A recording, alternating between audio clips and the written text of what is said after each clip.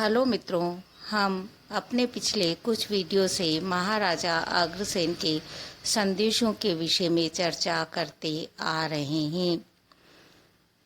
उसी के साथ हमने अपने मित्रों के अनुरोध पर उनके संक्षिप्त जीवन व्रत के विषय में जानकारी दी है। उसी जानकारी को हम यहाँ आगे बढ़ाएंगे। मित्रों, हम जानते हैं जय भारत के भविष्य पर्व के अंतर्गत वर्णित महाराजा अग्रसेन की इस कथा के अनुसार महर्षि जैमिनी जी ने सर्व यज्ञ सम क्षेत्र में अभिमन्यु पौत्र जन्मेजय के अशांत मानस को शांति प्रदान करने, अभ्युदय जागृत करने के लिए यह कथा सुनाई थी। हम अपने प्रसंग में आगे बढ़ें उसके पूर्व मित्रों, यदि आपने हमारे लिंक को अभी तक सब्सक्राइब नहीं किया है तो पहले आप सब्सक्राइब कर बेल आइकन प्रेस कर दीजिए, जिससे हमारे आगामी वीडियो आप तक स्वतः पहुंचते रहें।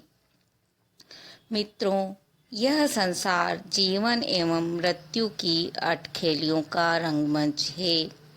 इसलिए प्रमुख बात यह होती है कौन इस रंगमंच पर अपना अभिनय सुंदरता से करता है, कुशलता से करता है।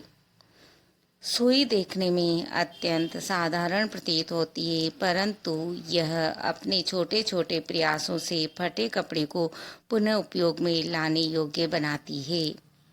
एक श्रेष्ठ शासक भी ऐसा ही होता है, जो अपने छोटे छोटे प्रयासों से अपने समाज की विभिन्न समस्याओं को मिटाकर एक ऐसे वातावरण का निर्माण करता है जहां उसकी प्रजा सुख और सामंजस्य में रह सके।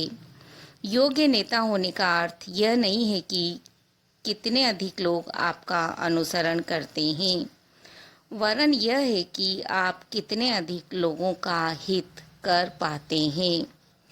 मित्रों, महाराजा अग्रसेन का जीवन चरित्र भी कुछ इसी प्रकार का है। जब अग्रसेन का वंश पुत्र पौत्र आदि के रूप में शताधिक हो गया, तब महर्षि गर्ग ने अग्रसेन को इक्ष्वाकु, रघु इत्यादि के समान अपनी संतति को गोत्रकृत करने, वंश विकास हेतु वंशकर नामक यज्ञ करने के लिए प्रेरित किया। अतः चैत्र मास की पूर्णिमा तिथि को अग्रसेन ने यज्ञ की दीक्षा ग्रहण की। पुत्रों की संख्या के अनुरूप 18 यज्ञों का संकल्प किया। यज्ञ के आचार्य पद पर कुल पुरोहित महर्षि गर्ग तथा ब्रह्मा पद पर महर्षि वेदव्यास अभिषिक्त किए गए। शेष महर्षि ऋत्विक बनाए गए। वैशाख मास के शुक्ल पक्ष में गुरुवार अश्लेषा नक्षत्र में महर्षि गर्ग ने विधि विधान से मंत्रोच्चार के द्वारा यज्ञ को अग्नि प्रदान की। 17 दिनों में 17 यज्ञ पूर्ण हुए। परंतु मित्रों, यज्ञ में प्रतिदिन होने वाले रक्त स्नात मांस युक्त बलि कर्म से अग्रसेन का मन ग्लानि से पूर्ण हो गया। निस्तेज हो वे विचलित मन से अपने भवन की ओर लौट गए। बलि पशुओं की दयनीय दशा से विचार मग्न सोचने लगे। पशु बलि के कारण यह यज्ञ धर्म के अनुकूल नहीं है। हिंसा कर्म धर्म नहीं कहला सकता, अतः यज्ञ कर्म न करने का निश्चय करते हैं। ऋषियों द्वारा पशु बलि को शास्त्रों में स्वीकृत बताने पर उनका कथन है, प्राण दान से बढ़कर कोई दूसरा दान नहीं है।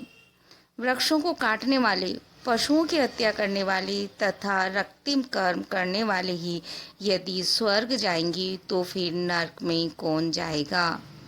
मिथ्या भाषण, पर स्त्री गमन, बिना शत्रुता किसी पर क्रूरता सबसे बड़ा दोष है। स्वयं के सुख के लिए किसी प्राणी के वध की अनुमति भला मैं कैसे दूं?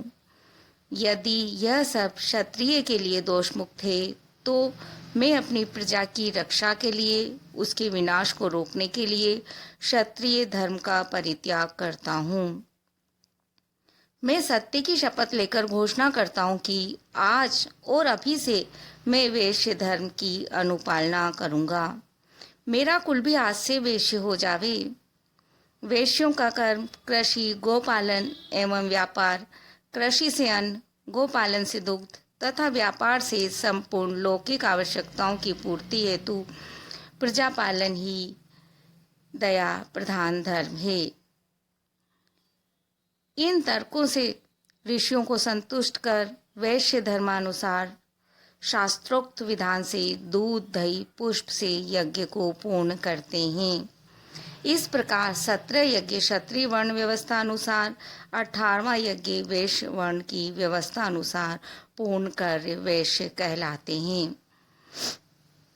18वें यज्ञ के अधूरा रहने व अग्रकुल के 17.5 गोत्र की प्रचलित धारणा हमें दोषपूर्ण लगती है।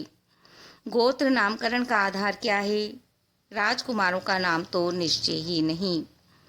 तब यज्ञों के आचार्यों के नाम या पहचान तथा किस राजकुमार के नाम से कौन सा गोत्र निर्धारित हुआ, इसका स्पष्ट विवेचन हमें अभी उपलब्ध नहीं है।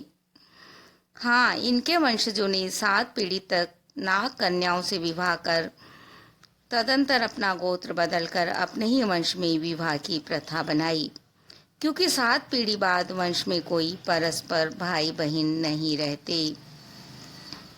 मित्रों, कारागार निरीक्षण के वक्त अपने बाल सखा ब्राह्मण कुमार शाकुंत को बंदी देख पाप कर्म का कारण पूछने पर दरिद्रता एवं भूख को अकर्म के लिए प्रेरित करने वाला बताने पर अग्रसेन चिंतन करते हुए प्रजा की दरिद्रता के कारण स्वयं को अपराध में सहभागी मानते हैं और तब योग्य व विद्वान होने पर भी भाग्यवश आजीविका विहीन होने पर याचना न करने वाले स्वाभिमानी का सहयोग करने की सर्वोत्थान भावना से यह उपकारहीन उपक्रम स्थापित कर बंधुता की भावना के संग व्यक्ति, समाज, राष्ट्र तथा मानवता के कल्याण का मार्ग प्रशस्त करते हैं।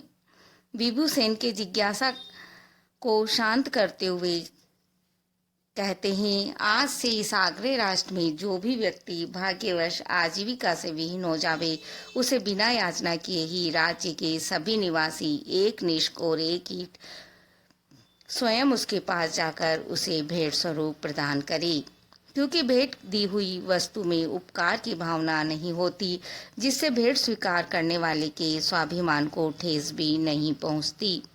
मित्रों, द्वापर के अंतिम चरण में विनिमय के लिए प्रयुक्त धातु अंश निष्क कहलाता था।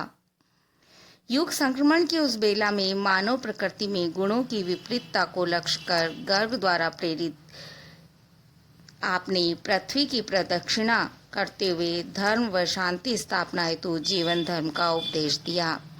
तत्पश्चात 108 वर्ष की आयु पूर्ण कर लोकतांत्रिक विधान से सर्वसम्मति से पुत्र विभूसेन को राज्याभिषिक्त कर सफलता के सूत्र बताए।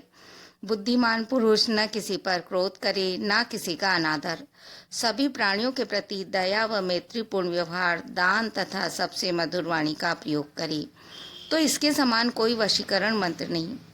ऐसा नहीं है कि बुद्धि से ही धन एवं वैभव प्राप्त होता है और न ही दरिद्रता का कारण मूर्खता होती है।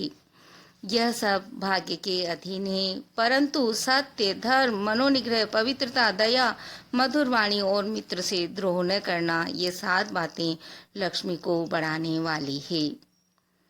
सपत्नी मार्गशीर्ष पूर्णिमा को वानप्रस्थ को प्रस्थान करते हैं। वर्षों एक पेड़ पर खड़े हो महालक्ष्मी के तप का सैकड़ों मंत्रों से अनुष्ठान किया और महालक्ष्मी से अपने वंश के अभ्युदय हेतु सूर्य चंद्र की उपस्थिति पर्यंत महालक्ष्मी के अग्रवंश में पूजित होने, अग्रवंश का परित्याग न करने का आशीष प्राप्त किया।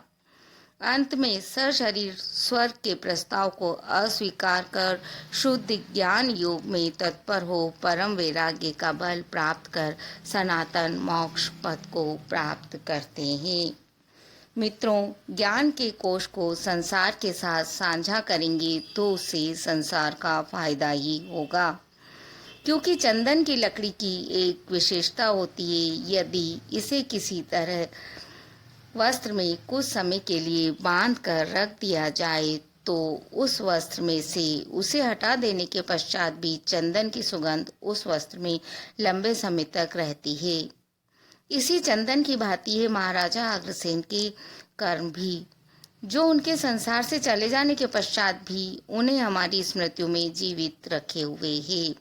हमारे व्यवहार में शिष्टता हो और हम कर्म व देश के प्रति निष्ठावान हो, प्रतिबद्ध रहें तो देश का प्रत्येक नागरिक बन सकता है अग्रसेन। मित्रों, आपको हमारा यह वीडियो और इससे प्राप्त जानकारी पसंद आई हो तो इसे लाइक अवश्य कीजिए और प्रसारित भी।